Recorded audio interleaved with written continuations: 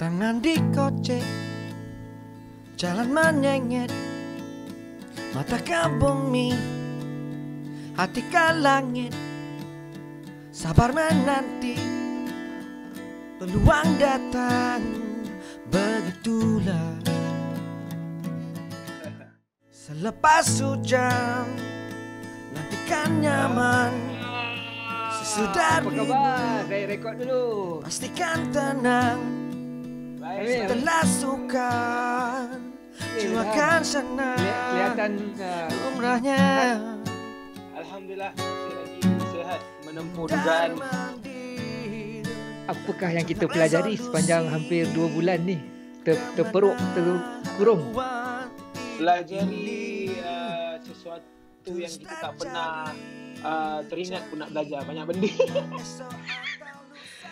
Tak nak belajar pun diajar Terpaksa belajar benda yang kita tak ada rasa pun nak belajar dulu kan. Itulah dia. Segalanya okey? Alhamdulillah semuanya okey, masih lagi okey. Adalah banyak benda-benda yang kita tak buat sebelum ni kita boleh buat. Macam contoh, ada peluang paling besar pun yang kita Syamil nampak dengan family lah. Banyak masa dengan family. Family dan banyak habiskan masa tengok kerja-kerja yang kita tak sebelum ni tak habiskan buat. Banyaklah, tapi kebanyakan masanya dengan family. Banyak buat lagu Syamil? Lagu alhamdulillah lah, boleh lah. Adalah banyak masa sekarang kita tak ada buat apa-apa kan. Banyaklah juga buat sikit-sikit. Okey, saya teringat satu perbualan kita berdua. Awak cakap dulu, awak terpaksa nyanyi lagu Di Amaran Mama 2-3 tahun sudah lah. Sebab apa? Awak nyanyi lagu-lagu semua kebanyakannya ballad. Betul. Jadi kalau nyanyi live daripada satu lagu ke satu lagu ballad, boleh penat juga orang. Boleh berdarah hidung orang dengar. Berdarah hidung, telinga nak tekak. So dah ada satu lagu yang boleh buat orang berdansa ke? Dah jumpa ke lagu tu? Alhamdulillah masa tu sebab tak silap saya tahun 2015-2016 juga tu kan saya cakap dengan abang. Lepas tu alhamdulillah masa 2018 saya ada satu lagu berentak laju sikit lah yang pada boleh lah lepas tu pelan-pelan buat lagu tu. Alhamdulillah orang pun boleh terima juga. Lagu yang berentak laju mana satu? Ada lagu tajuk dia Kau Pun Sama. Kau Pun Sama. Okey. Kau Pun Sama. Tu awak punya lagu sendiri Tu saya cuba buat lagu tu. Alhamdulillah orang pun boleh terima. Takut juga time tu kan sebab saya pun keluar mula-mula dengan lagu-lagu ballad. Bila nak keluar lagu fast song tu takut orang tak boleh nak terima, tapi alhamdulillah lah orang boleh terima. Saya cubalah semua genre yang ada ni yang boleh sesuai dengan Syamil rasa kan. Sebab memang Syamil saya punya kegemaran ballad song lah kan. Tapi kalau kita ikutkan je ballad song tu macam takut orang tu lah macam cakap tu darah hidung dan telinga orang takut nanti. Betul lah. Kita kena ada kena ada balance lagu antara lagu ballad dengan lagu rancak. Yalah betul. Abang boleh lah ajar saya macam mana tips dia ke macam mana nak buat lagu ni. Nak buat lagu tu saya tak boleh, tapi nak ajar cara menari tu saya ada chance. Itu abang very saya. Tak ada lah. Saya satu time dulu saya pakai nama saya apa tau? @Disco King Samad. Alamak, panjang sangat tu. Abang Raja Disco ke dulu? Saya bercita-cita untuk jadi seorang Raja Disco. Tapi impian tak tercapai. Ramai orang yang tak boleh melihat dan mengenal pasti keupayaan saya untuk menari. Semua tu haters bang, jangan risau. Haters will hate kan? Haters will hate. Betul lah. Saya rasa kalau di dimensi yang lain saya ingin menjadi seorang pelakon Bollywood tau. Sebab pelakon Bollywood ni pada saya dia mempunyai 3 ciri yang paling penting. FLD. Fighter, lover, dancer. Oi, dancer tu first tu. Sepatutnya tu. Patutnya first kan. Apa Itulah tu. maksud abang tu? FLD. FLD tu. Setiap hero Bollywood dia mesti mempunyai kebolehan untuk fight. Dia mesti mempunyai kebolehan untuk love. Dia punya asmara dia punyalah dahsyat kan. Betul. Dan dia mesti boleh dance. Justru itulah hero saya adalah Amitabh Bachchan. Amitabh Bachchan. Rishi Kapoor baru je meninggal. Itulah tu, Rishi Kapoor baru je meninggal. Amat sedih juga Amitabh Bachchan dia memang truly legend lah. Awak ada cita-cita nak jadi Amitabh Bachchan ke dulu? Saya kalau nak terfikir pun memang tak dapat. Dia lebih tinggi pun saya tak sama dengan dia. Nanti sama lagi hidung dia pun saya dah kalah lah. Kan? Itulah tu. Saya dah pelan-pelan. Pelan-pelan lah kayu. Sebenarnya saya punya projek yang saya buat ni, dia tak ada konsep. Dia tak ada konsep. Saya tak pernah anggap dia satu interview ke apa. Cuma saya nak berbual dengan orang je. Berbual. So setakat ni abang dah berbual dengan siapa lagi? Sebelum ni? Ke saya yang pertama? Sebenarnya ramai. Saya ada dengan Tam Spider, Taja, Eji Koko, orang lama Aris Hariwatan. Banyak input tu. Ya, betul. Sebenarnya yang fascinating saya rasa kalau orang nak tahu pasal, orang nak interview, orang boleh tengok di tempat lain lah. Apa cerita awak, macam mana awak bermula, apa sejarah awak, semua tu. Betul. Tapi saya rasa yang lebih interesting kali saya nak tahu, macam manakah pemikiran seorang artis ni. Macam mana pemikiran artis ni bila kita bercakap pasal subjek muzik, macam mana cara dia berfikir. Dan kalau kita cakap pasal politik, contohnya macam mana cara dia berfikir. Kalau kita cakap pasal bola. Jadi itu pada saya yang interest saya. Gosip saya pun tak kerti apa yang berlaku pada artis, apa bercinta siapa, saya tak tahu sangat sebenarnya. Gosip berlambak, dia orang boleh cari kat mana kan. Itulah tu. Boleh satu apa kita panggil ni, pendekatan yang pada Syamil. Okey, Syamil best juga kalau macam tu, sebab orang pun nampak kita as artis, penyanyi nampak Syamil sebagai penyanyi, dia orang hanya tahu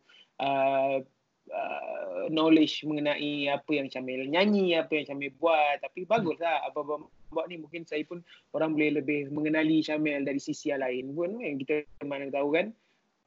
Boleh, tak ada masalah. Macam contoh abang nak tanya apa tu, mengenai apa tu, pasal bidang yang mana satu, kita boleh share. Okey, sebenarnya disebabkan program ni dia berlatar belakangan pada PKP.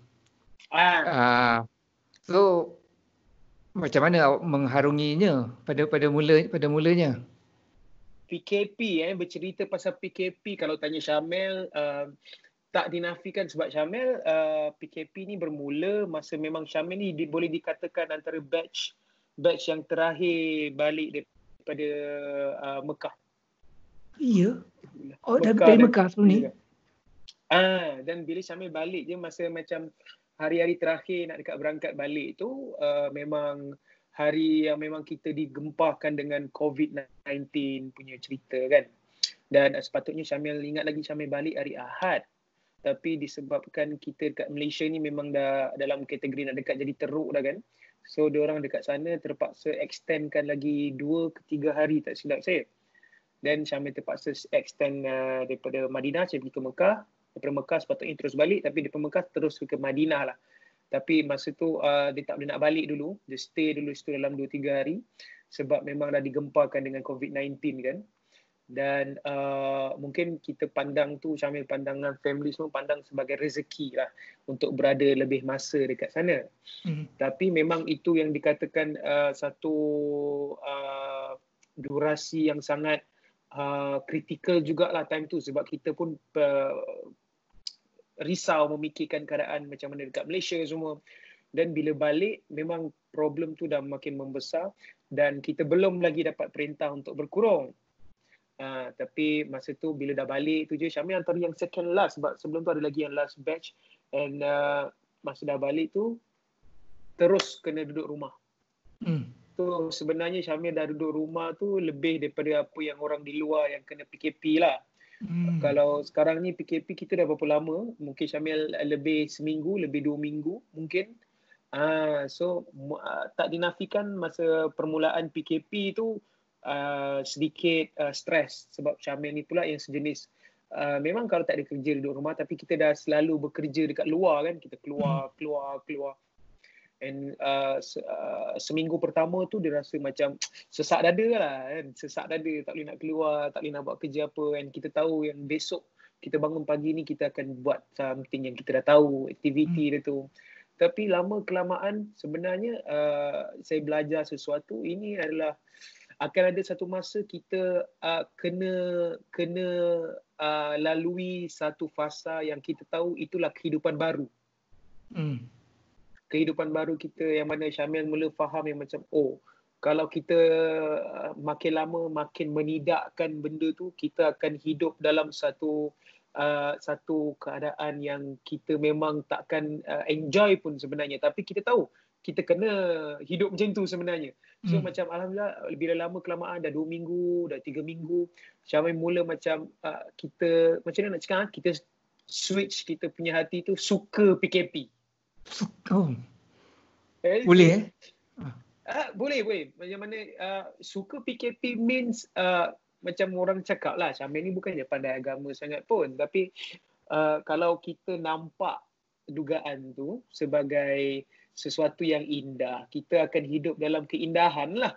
Betul. So, kalau kita nampak dugaan tu sebagai satu musibah, so kita akan without fail harungi hari tu dengan penyesalan lah hari-hari. Bangun pun besok kita macam sesak dada. At the end kita akan sakit. So benda tu kan relate kan. So Syamil mula macam nampak benda yang kita tak biasa nampak. Macam contoh, kita ada masa untuk mengemas bilik, kita ada masa untuk mengemas rumah, kita ada masa untuk beribadah dengan keluarga, solat fardu on time. Benda-benda yang kita memang sebelum-sebelum ni, kalau macam contoh kita nak bersiap, kita tahu dah azan Zohor dah ni kan. Tak apalah kita Zohor dekat, lepas dah habis kerja sekejap lagi kita Zohor dekat sana. And asar kita dah dengan drive, tak apalah kita dalam ala-ala pukul 6:30 sampai rumah pukul 7, kita asar kat rumah lah nanti. So benda-benda tu semua sebenarnya kita dah reset balik kan. So Syamil memandang benda ni sebagai benda yang suka PKP lah. Itu maksud saya suka PKP bang. Sedang mengenjoy keadaan duduk chill di rumah sebenarnya at the same time kita tahu dia punya core dia tu adalah kita memang akan sesak dada sebenarnya PKP ni. Kita semestinya benda ni adalah satu dugaan musibah sebenarnya. Tapi kita tutuplah benda tu dengan menyukai keindahan yang ada dalam ni, apa yang kita boleh buat macam Syamil cakap tadi. Tapi sebagai orang yang muda, mesti jiwa untuk keluar ke sana sini untuk meregangkan otot-otot semua, berjumpa dengan kekasih hati dan kekasih mata semua kan. Mesti sangat-sangat mencengkam tu. Dia sangat, sebab memang tak boleh dinafikan Syamil sendiri pun kalau setakat kita buat aktiviti bersukan pun kadang-kadang seminggu 3 kali, 4 kali itu baru bersukan. So belum lagi kita ada macam aktiviti berjumpa dengan kawan-kawan ke, ada apa nak berborak ke. So sebenarnya seminggu tu kita isikan dengan benda-benda yang banyak sangat. So bila dah terjadinya PKP ni, semua tu kena semua hilang kan benda tu. So sebenarnya kalau kita duk fikirkan benda tu pun boleh jadi gila juga, stres kan. Tetapi Syamil cuma memikirkan macam, bukan nak cakap kita ni macam boleh tunjuk positif vibe ke apa. Dia sebab saya mesti tunjuk macam ni, sebab saya mesti bukan, macam nak cakap, saya mesti menipu diri saya ni untuk menyenangkan hati. Terpaksa menipu diri kita untuk menyenangkan hati. Sebab kalau kita duk sibuk memikirkan stres ni, memang tak jadi apa bang. Betul lah. Sebab at the end of the day, saya cuma memikirkan yang macam saya macam ni pun saya dah rasa macam ni. So bayangkan orang yang mungkin kena PKP tapi adik-beradik ramai duduk satu rumah yang kecil. Ya. So sentiasa akan, saya cuma mikirkan benda tu je lah. So kita memikirkan something yang boleh menyenangkan hati kan. So Betul. sentiasa akan ada orang yang lagi susah untuk harungi PKP ni. Macam kita boleh still order Grab food, kita boleh buat ini, buat itu, boleh order apa-apa benda, Shopee ke apa. Tapi orang lain yang tak berkemampuan, dia lagi susah. Right. Tapi at the end, ada satu masa juga kita breakdown juga, mesti ada juga. Sudah tempuh ke keadaan tu? Dah banyak kali dah. Dia macam tiba-tiba stres kan. Tapi kita fikir macam, okay, tak apalah. Mungkin penyanyi-penyanyi lain pun mempunyai situasi yang sama. Betul. Awak sejak daripada menjadi Syamil yang dikenali ramai, kehidupan boleh lepak kedai mamak lagi tak? Boleh jalan-jalan sana sini ke tak? Pada Syamil memang Syamil masuk industri muzik menyanyi ni memang pada mula sekali Syamil punya niat ada dua. Memang Syamil ingin mencari rezeki, mencari duit untuk membantu Syamil diri sendiri dan juga family, dan untuk Syamil memberi sesuatu pada orang kan. So memang itu yang Syamil pegang sampai sekarang, dan disebabkan niat Syamil jadi penyanyi itu dua tu je. Benda-benda lain Syamil tak ada ambil kisah lah. Sebab kalau nak pergi makan dekat mamak ke, nak pergi mana-mana lepak ke, benda tu tak termasuk dalam dua benda yang Syamil niatkan tu. So tak jadi masalah. Asalkan Syamil menjaga benda-benda yang basic lah. Menjaga nama sendiri, menjaga nama family. Benda tu tak ada masalah lah bang. Tapi makan mamak. Kalau pergi ke kedai mamak tu, tak ada orang datang kacau selalu ke? Ambil gambar ke? Kacau. Bukanlah kadang kita yalah faham. Kadang-kadang kita Syamil lah kot. Syamil akan fikir kalau orang tak tegur, orang tak pandang, Syamil risau. Kenapa? Adakah orang tak kenal Syamil? Satu, bukan risau tak kenal. Adakah orang dah mula mengabaikan nama Syamil ke? So Syamil sebenarnya tak kisah pun benda tu. So macam contoh kalau orang pandang ke, kita senyum. Kalau orang pandang, orang cakap kita ke apa, pasal apa-apa, macam kita terdengar orang cakap, Syamil okey, Syamil tak ada masalah. So Syamil tak ada masalah orang nak bukan kacau lah, orang datang ambil gambar ke apa. Ya, kadang kalau tengah makan pun sesetengah orang dia rasa macam tidak beradab benda tu untuk mengacau. Tetapi kalau selagi orang yang datang tu menjaga adab dia sesama manusia, Syamil tak ada masalah pun, walaupun masa makan ke apa boleh. Ya. Sebab kita tak tahu time makan tu je lah kita nak jumpa dia kot. Betul. Time kita ada buat sesuatu tu je kita ada masa kan. Lepas tu kita dah balik, kita tak tahu dah jumpa lagi ke tak kan. So Syamil tak ada masalah dari segi tu lah. Ya, betul. Dan lagi pun orang Malaysia pun dia tak keterlaluan kan. Dia taklah over dalam perbuatan mereka, nak ambil gambar kita lebih-lebih, tengok kita makan kacau-kacau. Mungkin ada minoriti yang begitulah, tapi benda tu semua kita pandang sebagai tak ada masalah lah selagi dia masih lagi menjaga. Majoriti semuanya orang Malaysia ni, kita ni macam dipupuk kan dengan nilai yang murni kan. Diorang tak ada lah macam bersikap kurang hajar ke apa ke. Alhamdulillah lah. Songwriting, awak memang seorang yang daripada mula-mula pembabitan memang ingin membuat lagu sendiri kan? Bercerita pasal membuat lagu sendiri ni, Syamil lebih kepada masa mula-mula dalam AF dulu 2015. Syamil tak terfikir pun nak menjadi seorang penyanyi yang akan menulis lagunya sendiri. Sehingga satu masa tu Syamil just lipat-lipat dekat ada final Syamil daripada Akademi Fantasia kan. Masa tu Adri Abdul Halim menjadi saya punya pengetua. Dan ketika tu Syamil just duduk dekat dalam hostel, Syamil macam humming lagu yang Syamil buat, dan Syamil tunjuk kat dia, cakap okey tak lagu ni? Dia cakap okey, sebab kebetulan pula masa final semua kena nyanyi lagu sendiri. Dan setiap satu pelajar akan tunggulah demo-demo yang akan dihantar oleh semua orang. Dan bila saya tunjuk ke cikgu, okey ke cikgu lagu ni? Dan dia cakap macam, okey, boleh buat lagu untuk kamu punya final? Okey. So benda tu. Dan Syamil mula macam, okey. Dan bila second song tu, terima juga lagu-lagu daripada semua orang. Dan Syamil pun macam, kalau kita buat lagu yang macam ni, okey tak cikgu? Saya bagi dengar. Dan dia cakap macam, okey, jom kita buat. So dia macam saya tak ada plan pun untuk jadi macam aku nak jadi seorang singer songwriter yang akan dan Syamil menerima saja apa yang sebab Syamil ni mungkin bukan demand tapi Syamil susah nak suka satu lagu tu. Iya. So kalau Syamil dah suka lagu tu, layan tu maksud Syamil suka betul lah tu. So macam contoh di Amaran Mama kan. Saya suka, saya nyanyi lagu tu kan.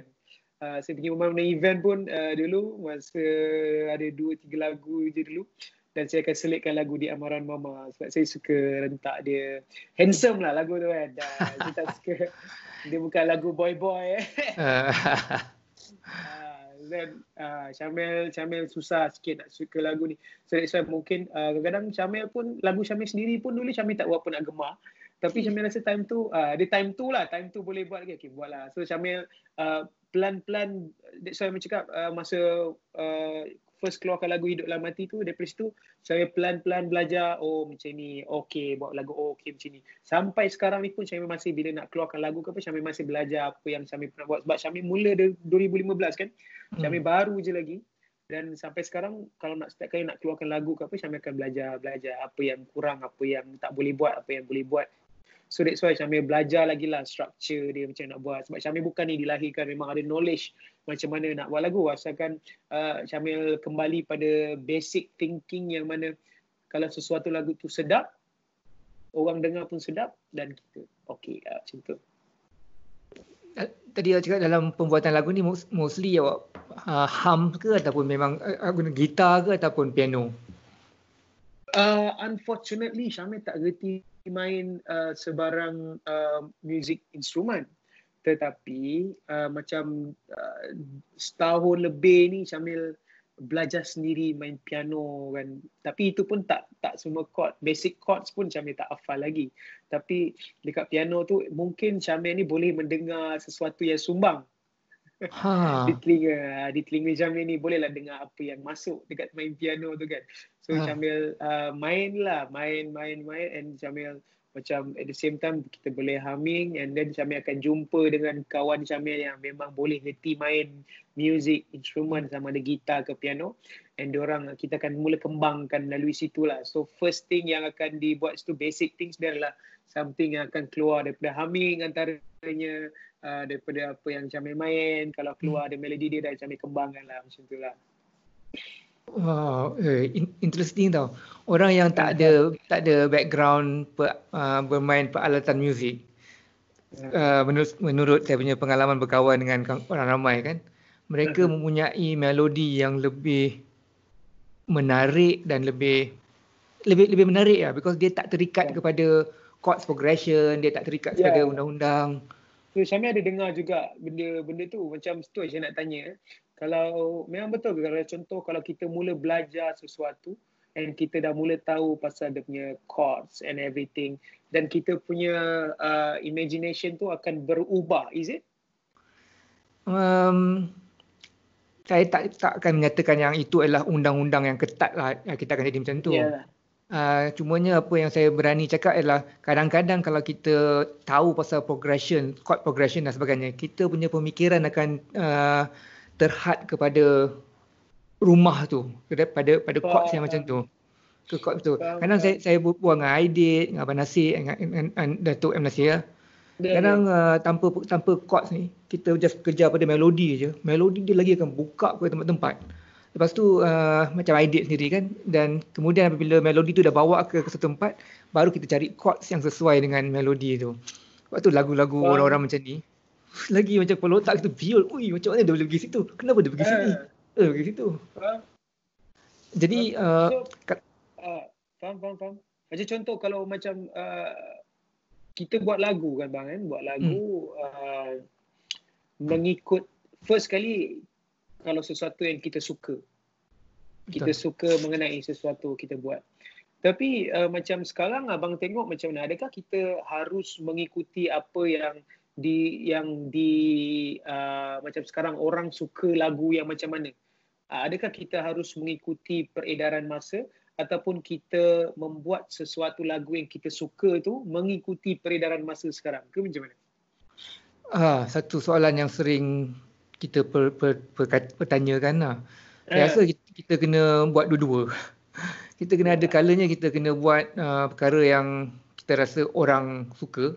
Dan ada kalanya kita kena buat perkara yang kita suka eksperimen. Faham. Macam dulu orang-orang sebelum kita, dulu diorang ada album keluar. Diorang keluarkan album tau. Macam awak punya time dah tak ada lagi, dah tak banyak orang keluarkan album, orang keluarkan single saja. Jadi katalah masa time album dulu, kalau ada 10 lagu, kita boleh buat 6 atau 7 lagu yang kita rasa ni untuk komersial, ni untuk radio boleh main dan sebagainya. Tapi 3 hingga 4 lagu yang lain yang lebih tu kita buat untuk eksperimen. Kita buat untuk memberi kepuasan diri kita. Okay, kita try apa benda. Dan selalunya benda yang kita eksperimen, benda yang kita try tu, benda yang kita tak sangka tu, itu yang meletup, itu yang orang suka. Jadi ruang untuk eksperimen tu besar. Sekarang mungkin tak ada peluang tu lah. So Betul. Lebih yang Syamil nampak sekarang ni, kita macam kita take a risk lah. So kalau contoh kita try, beberapa bulan ni kita try untuk work on satu lagu, terkeluar, lagu tu tak pergi, then that's it, kita try lagi, then kita keluar lagi lagu. Tak pergi, then that's it. Faham tak? Betul. So ada pros and cons dia lah kat situ. Ya, betul. Kalau hit, kalau lagu tu hit, sedap lah. Betul. Kalau lagu tu hit, then dia sedap, kita boleh relax 1 tahun ke apa. Dan keluar lagi, dia ada pros and cons lah. Betul lah. Right. On average pada fikiran saya kan, seorang penyanyi secara amnya mempunyai jangka hayat 5 tahun. 5 tahun. Kalau zaman sebelum kita, jangka hayat seorang penyanyi ataupun artis tu 3 album. Album pertama meletup, album kedua kadang-kadang tak meletup. Habis orang tu punya career, 1 album je. Tapi kadang-kadang album 1 meletup, album kedua lagi meletup daripada album pertama. Dan biasanya album ketiga ni lah yang menjadi tanda adakah dia akan terus kekal ataupun dia akan play on. Alamak.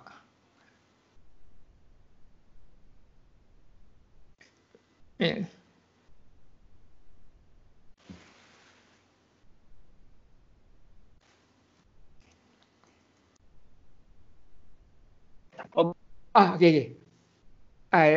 Lama. Dengar tak? Sorry, ada masuk call pula tadi. Okay, tak apa. Okay, album ketiga tu jadi juruk ukur dia. Jadi penentu dia. Ini biasanya on average kebanyakan artis hanya ada 3 album je. Okay. Kadang-kadang bila dia punya pemikiran macam mana tau. Album pertama tu ialah kita bagi apa yang kita rasa kita nak buat kan. Kita bagi. Dan dia jadi. Lepas tu album kedua ni kita belajar daripada kesilapan ataupun kita belajar atau kita tingkatkan daripada album yang pertama tu. Jadi album kedua ni kadang-kadang dia jadi, kadang-kadang dia meletup lebih hebat kan. Tetapi masalahnya album ketiga ni kita takut kita punya idea semua dah habis masa tau dekat 2 ni. Jadi album ketiga tu selalunya kita akan drop. Jadi kalau siapa yang boleh lepas album ketiga ni memang betul naik, maknanya dia punya career akan banyak lah lagi album. Kalau kita tengok purata artis barat ataupun artis kita sendiri, 3 album dia, album ketiga tu memang dia punya keputusan lah, adakah dia akan pergi jauh. Keputusan dia lah. Antara artis-artis yang melepasi album ketiga tu ramai lah bang dulu saya rasa tak lebih pada separuh yang melepasi album ketiga. Antaranya boleh sebut ke? Okay, kita boleh sebut mereka yang ada lebih pada 3 album. Siapa ada lebih 3 album? Jemaah Belilah, Siti Nurhaliza, Search, Wings. Tidak ramai orang yang sampai sekarang ni masih ada lagi. Jadi iyalah.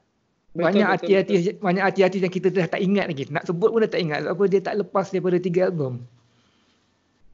So macam itu yang dulu. Yang sekarang ni pada pendapat abang macam mana? Yang sekarang ni sebenarnya lagi susah lah.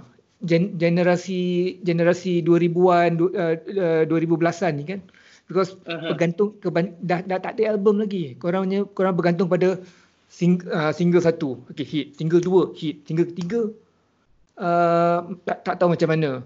Lepas tu okay, kita ambil Hafiz Suhaib lah. Berapa singles yang dia ada?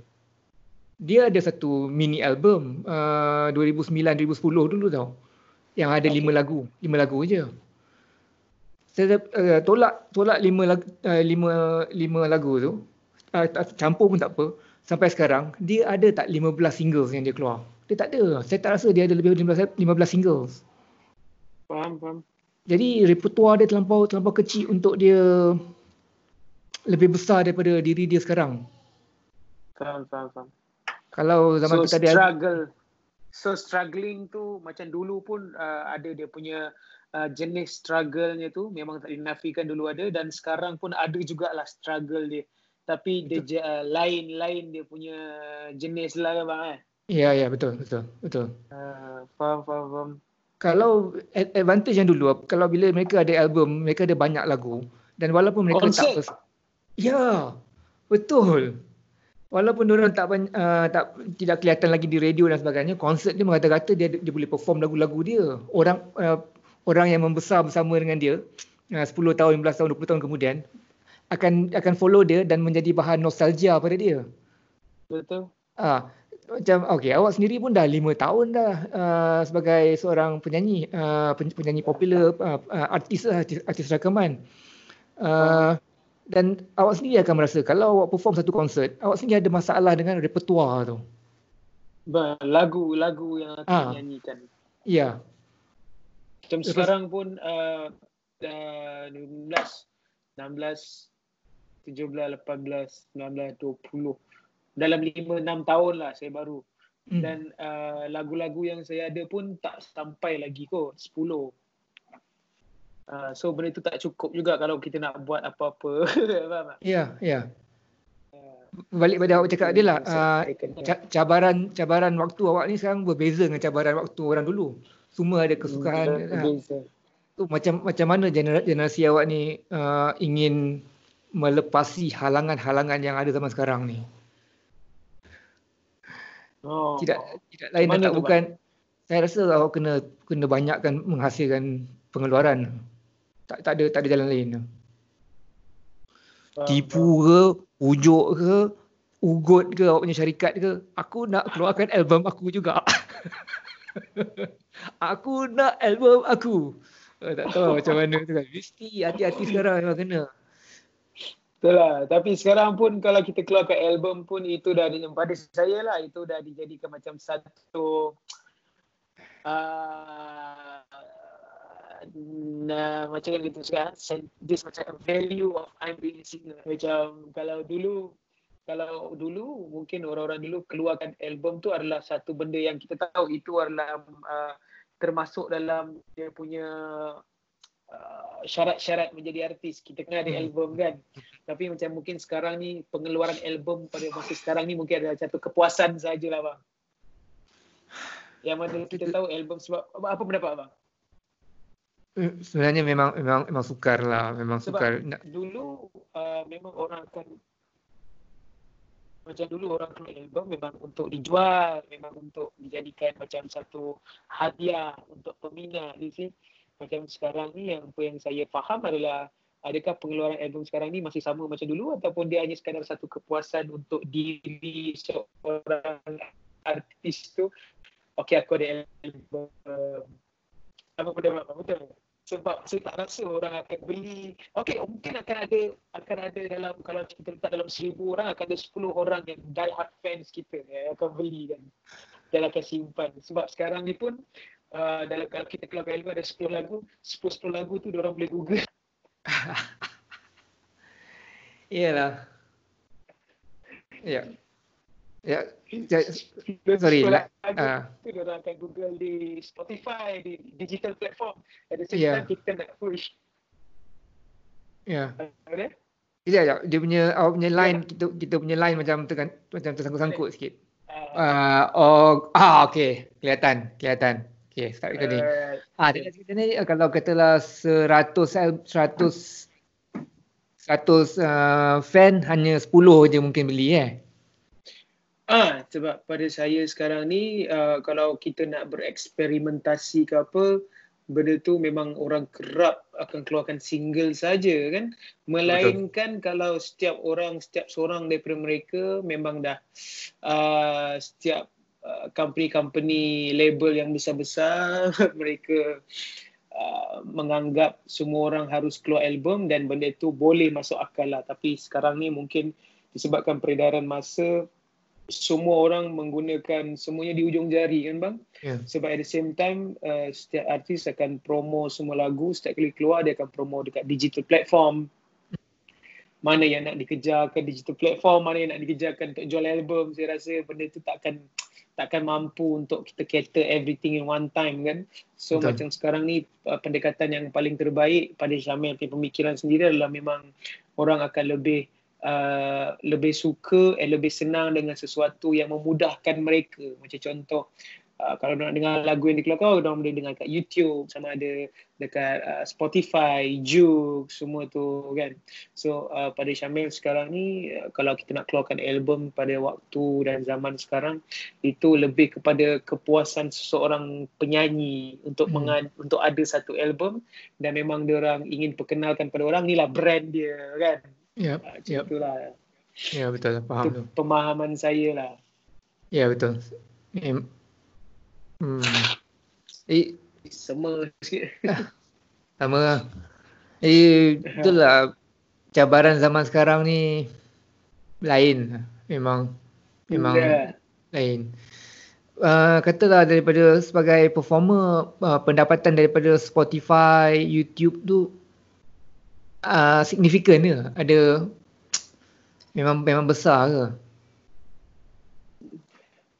Pada Syamil, kalau nak dikatakan mengenai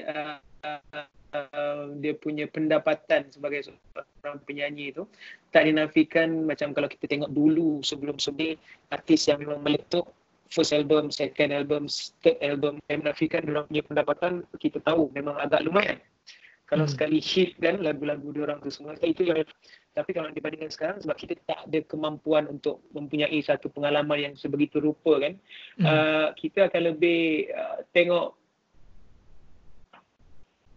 dia macam mana nak cakap, management dulu diorang akan membantu artis diorang promo and everything, dan macam sekarang diorang pun akan buat benda yang sama, akan promo tapi lebih cabangnya itulah dari segi digital platform, dari segi shows and everything.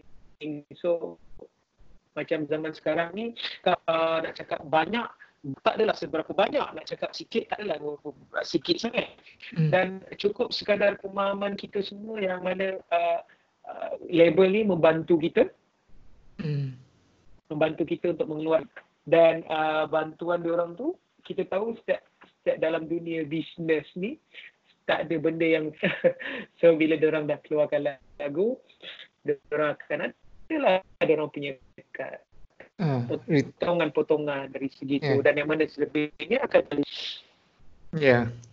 generasi sekarang kena bijak mengendalikan duit lah. Sebab memang itu punca pendapatan sebagai seorang penyanyi adalah menyanyi saja. Macam kalau ada inisiatif lain, ada buat apa-apa bisnes ke apa at the same time yang masuk akal, bolehlah juga. Betul.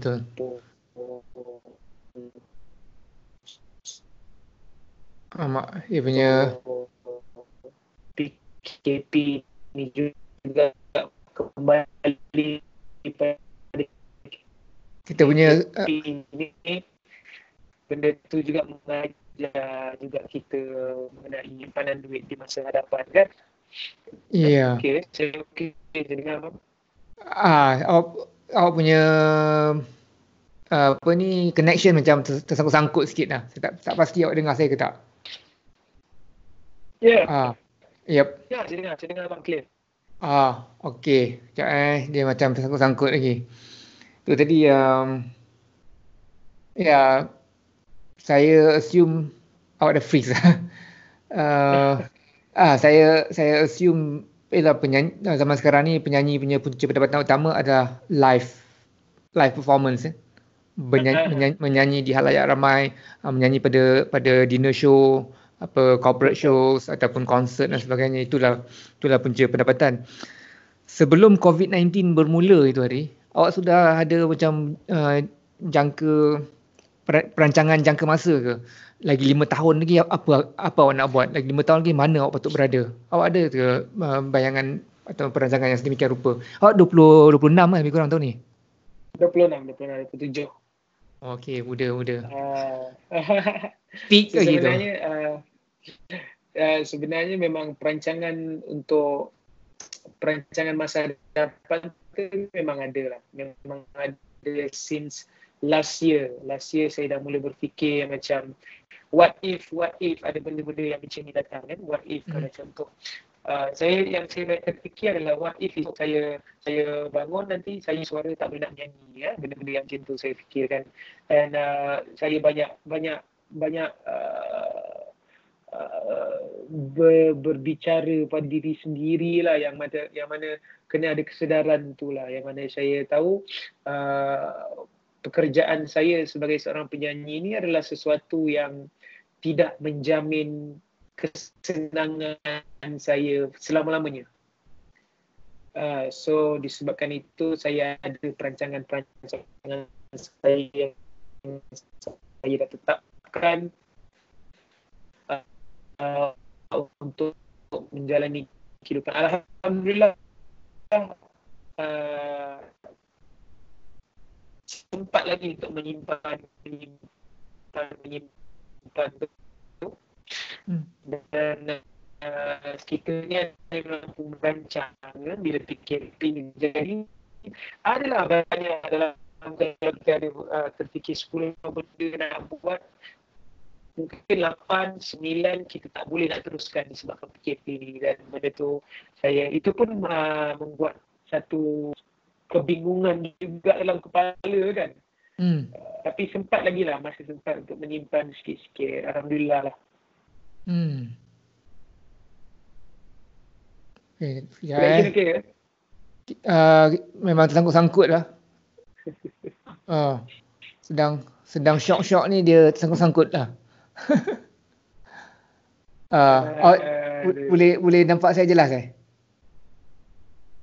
Boleh.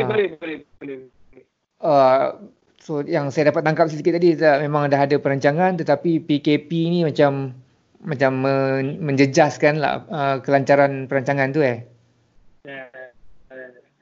So, betul. Kalaulah suasana ataupun keadaan COVID-19 ni berpanjangan lagi selama 6 hingga 18 bulan kan, yang mana perhimpunan besar-besaran tak ada, macam manakah sikap awak untuk menghadapi keadaan macam ni? Adakah awak optimistik atau adakah awak rasa macam suram? Okey, kalau pada saya sendiri kalau COVID ni berlanjutan untuk jangka masa yang lama, saya harus memikirkan sesuatu yang boleh mendatangkan income untuk saya dalam style yang baru lah bang. So kita sedia maklum macam sekarang ni kita tak boleh nak pergi ke crowd untuk menyanyi. Mungkin saya boleh membuat sesuatu, memikirkan sesuatu dan mula berfikir sesuatu apa yang boleh saya buat di rumah dengan keadaan yang tak keluar, exposure yang tak boleh. Apa yang boleh saya buat menggunakan apa bakat yang saya ada. So saya akan memikirkan sesuatu yang boleh dibuat di rumah. Ada kita boleh kumpulkan beberapa artis ke, kita akan menyanyi bersama ke, dan ada sana yang dengarkan sebalik mereka dah beribadah, semua mesti lah inginkan sesuatu untuk menenangkan fikiran kan. Kalau apa yang mereka perlukan, kita akan berbincang ke apa. InsyaAllah benda boleh dijadikan sesuatu lah, boleh jadi sesuatu lah bang. Yang mana benda tu kalau kita berdiam je, kita depress kan, benda tak bagus. So macam saya cakap ni kan pada saya sebagai penyanyi saja, untuk pelakon ataupun sesiapa saja yang di dalam industri hiburan kan. Macam contoh mungkin ataupun penulis lirik macam abang sendiri, semua orang mampu untuk membuat sesuatu walaupun COVID-19 ni berlanjutan jangka masa yang lama. Macam contoh kalau abang tanya saya sebagai seorang kalau bukan penyanyi, saya hanya macam membuat lagu, mungkin saya boleh mengadakan kontes untuk semua bakat-bakat baru yang memang kita tahu social media menjadi himpunan utama untuk semua orang sekarang ni. Mungkin kita boleh membuat satu kontes ke apa ke. Banyak benda yang boleh dibuat lah sebenarnya untuk mengisi masa-masa kita di rumah. Ya. Di rumah malah selepas tempoh PKP pun. Saya rasa memang kita kena embrace teknologi-teknologi baru ni lah. Yes. Dan saya rasa pun 5 tahun sebelum coronavirus ni pun macam seolah-olah Allah telah menyediakan kita untuk menghadapi norma baru. Maksud saya macam mana? Kadang-kadang di meja makan pun kita masih pegang phone. Kadang-kadang satu meja dengan kawan-kawan kita pun kita communicate dengan orang pakai phone. Kita telah macam seolah-olah kita sedang praktis macam mana nak menggunakan dunia digital ni ke dalam dunia baru kita. Dan apabila COVID-19 ni melanda, segala kemahiran yang kita ada dalam teknologi, segala guna pakai yang kita selama ni praktis, kau ambil. Inilah masanya kau nak pakai puas-puas. Seolah-olah macam tu je. Tapi time tu pula kita rindu komunikasi pula. Time tu lah kita rindu komunikasi. Betul.